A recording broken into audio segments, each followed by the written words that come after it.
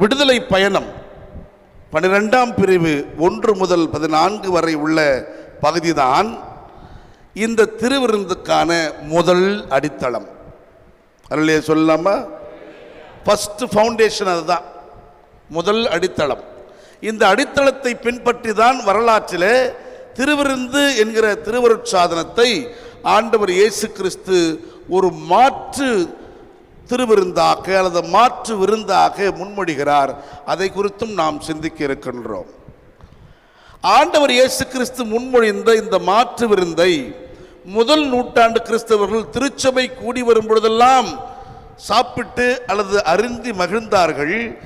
அதை கண்ட யூதர்களும் அதை கண்ட ரோமை ஆதிக்கவாதிகளும் அல்லது அரசும் அதை என்ன சொல்லுச்சுன்னா, இது சர்ச் இல்லை, இது டெத் கிளப்னு சொல்லுச்சு. குறிப்பு எழுதிக்கலாம் நீங்க. The Roman authorities and the Jewish leaders are mocked the church as a death club. ஏன் அப்படி சொல்லுச்சுன்னா, இவங்க இயேசுவின் சாவுக்கு துக்கம் கொண்டாடி சோறு சாப்பிட்றாங்க, துக்க சோறுன்னா. இந்த திருவிருந்து அவன் எப்படி சொன்னான்னா, துக்க சோறுன்னா. நம்ம கிராமங்களில் துக்க சோறு ஞாபகம் இருக்குதா உங்களுக்கு? வீடுகளில் சொந்தக்காரங்க இறந்து போனால் அவங்க வீட்டில் சமைக்க மாட்டாங்க. எனவே நம்ம கஞ்சி காசு எடுத்துன்னு போகிறோம்னு சொல்லுவோம் கிராமம். எங்கள் பக்கம்லாம், உங்கள் பக்கம் எப்படின்னு தெரில.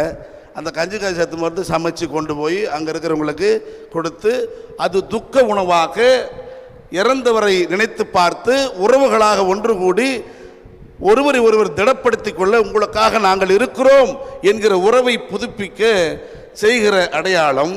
ஒருவேளை ஆண்டவர் இயேசு கிறிஸ்து எதற்காக இதை செய்தார் என்று நமக்கு விளங்கவில்லை.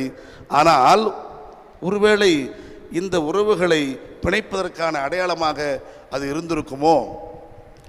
எதிரிகளின் வாயாலேயே இது டெத் கிளப்னு கிரிட்டிக் பண்ண வச்சு, உண்மையிலேயே இது கடவுளை ஆண்டவரை நினைத்து பார்க்கின்ற ஒவ்வொரு முறையும் நம் ஆண்டவர் நமக்காக சிதைக்கப்பட்டிருக்கிறார், நமக்காக இரத்தம் சிந்திருக்கிறார் என்பதை நினைத்து நினைத்து நினைத்து நாம் அவரோடு ஒன்றித்திருப்பதற்காக இந்த திருவிருந்து எனும் அருட்சாதனத்தை நம் ஆண்டவர் ஏற்படுத்தினாரோ? ஆம், அப்படித்தான் ஏற்படுத்தினார். அல்லேலூயா சொல்லாமா? இது உங்களுக்கு புரிஞ்சுதோ இல்லையோ, யாருக்கு? திருச்சபை என்கிற இந்த மக்களுக்கு புரிஞ்சுதோ இல்லையோ, அத்தாரிட்டிக்கு புரிஞ்சிருக்குது. அவன் கிண்டல் தான் பண்றான், ஆனா கிண்டல்லே ஒரு உண்மை இருக்குது. அல்லேலூயா சொல்லாமா?